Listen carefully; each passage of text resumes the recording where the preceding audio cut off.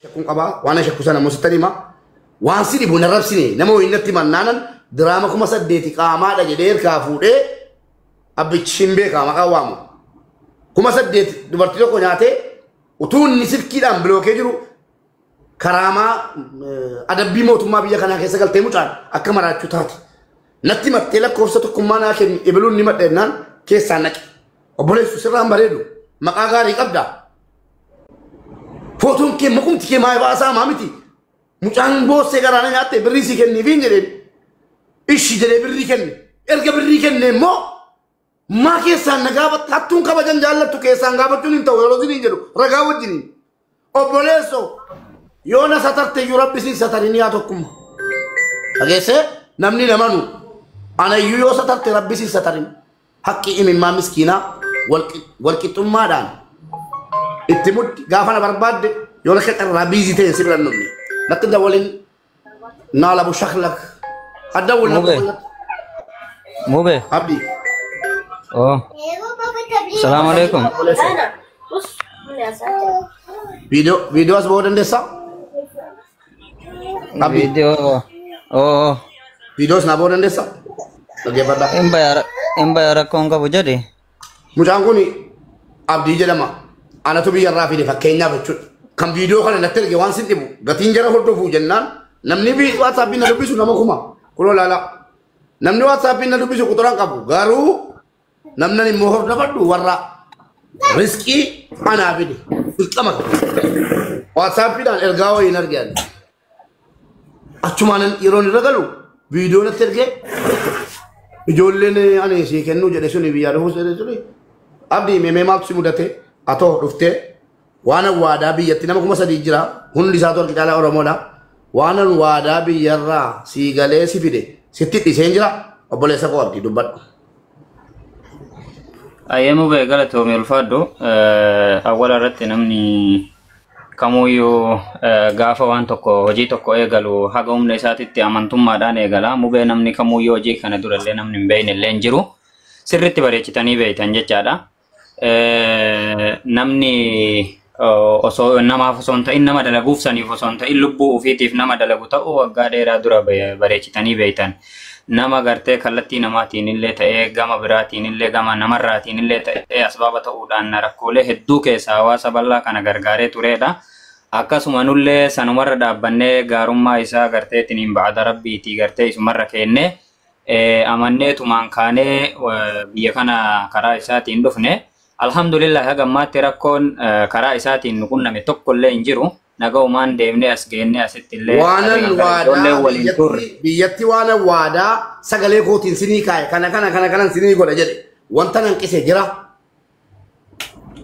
Kanaafuu waan tokko wanni garteetiin haga aduu ammaatitti guyyaa tokkorraa asitti gartee ta'ee achitti illee ta'ee waa walii gallisa waa waliin dubbannisa wanni inni nurraa hir'ise tokko hin jiru. Gabaabumatti ijoollee waliin dhufnes ta'ee nallee kan duraallee akkasumatti laayivii irratti bayanii dubbatanii ijoollee gurbaa sheetichaa tokko fa'a makiinaa keessatti gaafa inni laayivii waraabe namni garteetiin dhageeffate jiraachuutu mala. Namoota hedduuti jecha namoonni kana duraallee nullee kalee galgalallee hattan kalee galgala gizee aayidii furannu namoonni arganii jiranii namoota hedduu irratti dubbanneellee turre kalee galgalallee jecha. Namni garteetiin ammaan duratti gartee rakkoo akkanaattu gama isaatiin dallaalummaa yeroo as gabaabduu eegale mubeenni beeytanii yeroo as gabaabduu eegale keessatti haga ammaa namni gartee mubeen akkana nu godhe jedhee isa himatu yoo jiraate ani hin argine gurbaa kanaan alatti jecha gurbaan ammootiyyuu yoo jala seennee laallu ammoo viidiyoo saniin durattuu viidiyoolee biraatiyyuu ta'e dalagee maxxanse baay'ee qaba maqaa isaatiin viidiyoolee hedduu jecha akkuma jedhame akkuma abbaan ragaa ofirratti bahe dhimmichi dhimma karaa garteetiin dallaalummaa mubeetiin nyaatamuu osoo hin taane dhimma ergamummaati waan taateef kana gadi fageessitanii gartee beeytanii amma ijoolletu keessaan anas ijoolleen silaanii fida jedhee namni miidiyaa kana hordofa ganama galgala miidiyaa jala ool ijoollee maqaa isaatiin haa dhuftu jedhee viidiyoo sanatti erge abboo gurbaa keessan kan isin irraan dhufne jettan kunoo akkana godhanii miidhee akkana jedhanii natti ergan. Ishii gaafa kana irdiin nama kanaa maal ta'e? Har'a hagam ulfaata rakkoon maqaan nama kanaa hagam ulfaata maqaan garteetiin islaamummaadhaa namni waliin qabu hagam ulfaata Kana waan taateef wanni ammoo dallaalli biyya kana keessatti nama godhaa jiru akkuma mubeen dubbataa jiru. Obboleessoo waan herrega qabuu miti.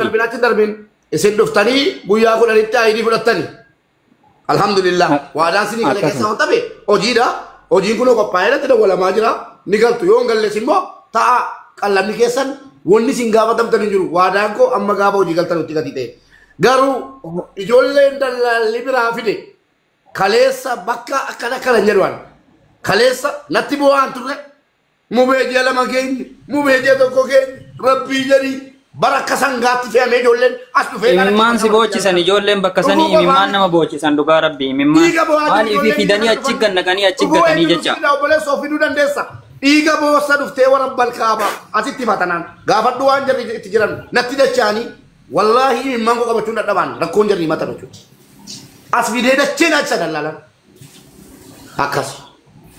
Kanaaf mubee namni hundinuu haasawa gurbaa irraayyuu dhimma gurbaan amma kaasirratti namni martinuu haasawa gurbaatii fi viidiyoolee kanaan dura gurbaan dalageerratti gadi fageenyaan namoota gartee wannaa foloo gugurdaa qaban irraa gadi xiqqaatitti hubatan jedhee yaada namni gartee 2000 fi wayitu jira gara 3000 jala dhiyaatan to jira hubatan jedhee yaada gurbaa ammallee deebi'ee gurbaan nama ati shakkitullee haa ta'u atis ammallee jarjartee nama nan shakku ebaluun shakka jetteen dubbatin nama shakkitu san ammoo dhimma biraatiin asirratti ol baatan waliin ta'u waliin ol baatan yookaan ammoo tiyyuu dhimma saniin gaafa gurbaan qaxxitaa isa ta'uu beekeetiin hin fide walitti ol baatanii yookaan nama biraa ta'uu danda'a isa ta'uu dhabuu danda'a waan taateef gaafas gurbaa akka gadi hin dhiifamne ijoolleen biyya keessa jiranillee maqaan namaa ammoo qabeenya caalaa maqaan namaa waan guddaadha riskii namaatu ittiin hidhama irdii namaatu ittiin balleeffama ergamaan rabbiitu irdii kana garteetiin maganfataa turanii irdiin isaanii tuqamuu fi diin tuqamuu irratti sallallahu alaihi wasallam garteetiin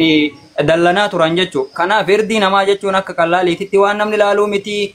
Rabbi ona boodallee si haa eegu namoonni garteetiin irdii namaa gartee balleessitaniif ammasuu deemtanillee homaa duniyaa isin hin taatu feemasummaan gartee.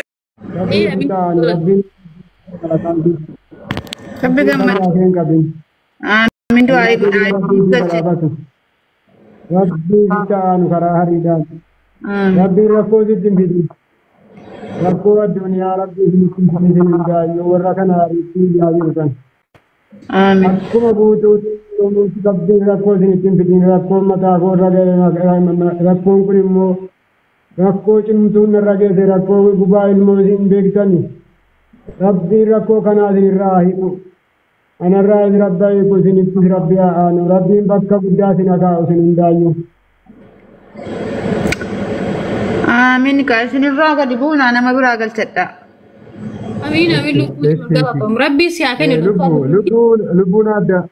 Aamin. Ati saasaiti isaanuma dubbadhaati al tokko dhiifama wajjin asirii salaateen deebi'a. Isaanuma afaanaa dubbadhaa taraa salaanna.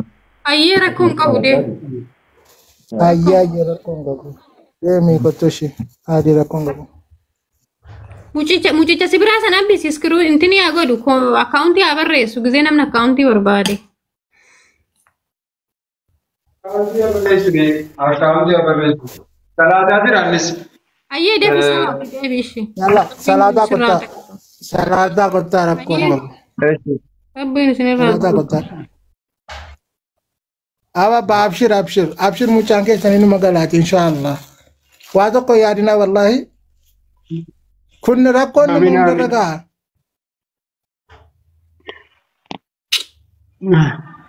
Anis kanarraas taasisin dubbachaa jiru akkuma sana ta'eetiin alhamdulillah rabbiin irraa naga'e kanaafuu jennaan guyyaa tokko jechuudha. Ilmi namaa inni maqannaa maa inni marakkataa garuu immoo rabbiin keessaa baasa abshir waa tokko rakkina hin jiruuti. Abshirakumullah. Wallahi waa tokko yaadina in fayyasi hin galas inshallah ta'ala kanaaf jennaan akkuma saasan anis waggaa tokkoof jaalam Wantu gastii erga. kanaaf jennaan in fayyama waa tokko yaadina. Sabboontu gastii.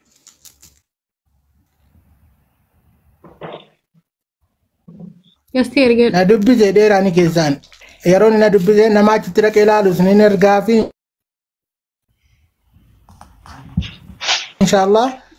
Kopilingi share goda warra yazala jirtan kopilingi share goda dafa lakkoofsa tokko barreeffadha warri gargaaruu dandeecha abbaa keenya kinoo isinitti bo'aa jiran amma haqimi keechanii gargaara biliis Guys, akka itti baane beeyna mala akka itti galluun beeynu hundi keenya rakkoon qaxaratee dhufu. Seenuu si harkiseen jira bar. Seenuu jimmaa si harkiseen jira. Gasti ergadhu.